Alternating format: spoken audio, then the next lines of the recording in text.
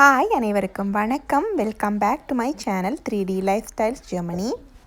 இன்றைக்கி celery juice weight loss சேலஞ்சோட 6th day. மேலும் இன்றைக்கி இந்த வீடியோவில் டயட்டில் இருக்கிறவங்களுக்கு ஒரு ஓட்ஸ் ரெசிபி, அதாவது டின்னருக்கான ஒரு ஓட்ஸ் ரெசிபி சொல்லித்தரலான் இருக்கிறேன். ஹோப் இந்த வீடியோ உங்களுக்கு யூஸ்ஃபுல்லாக இருக்குமெண்டு.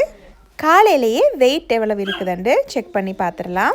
இந்த சேலஞ்சோட ஃபர்ஸ்ட் டே நாங்கள் வெயிட் செக் பண்ணி பார்க்கும்போது 69.3 காட்டுச்சுது. இன்றைக்கி பார்த்தா கிட்டத்தட்ட 2 kgs குறைஞ்சிருக்கு. அடுத்ததாக செலரி ஜூஸை குடிச்சிட்டு வாக்கிங் போகலாம். இதில் நீங்கள் பார்த்து கொண்டிருக்கிறது ஜெர்மனில் இருக்கிற ஒரு டபுள் டெக்கர் ட்ரெயின்.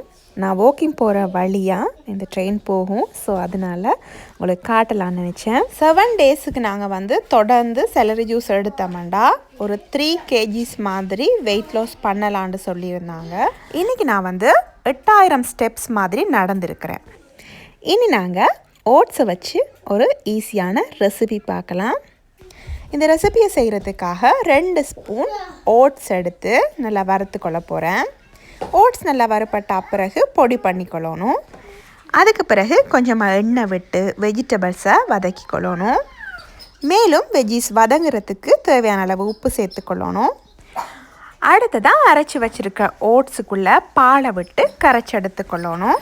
ஓட்ஸை இது மாதிரி நல்லா கட்டிகள் இல்லாமல் கரைச்சி எடுத்துக்கொள்ளணும்.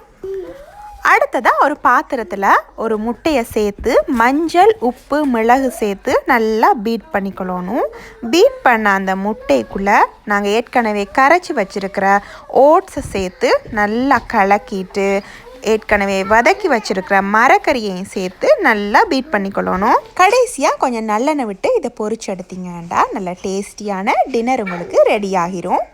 ஓகேங்க, இவ்வளோ தான் இந்த வீடியோ. நெக்ஸ்ட் வீடியோவில் சந்திக்கலாம். அன்டில் தென் தர்சி. நன்றி, வணக்கம்.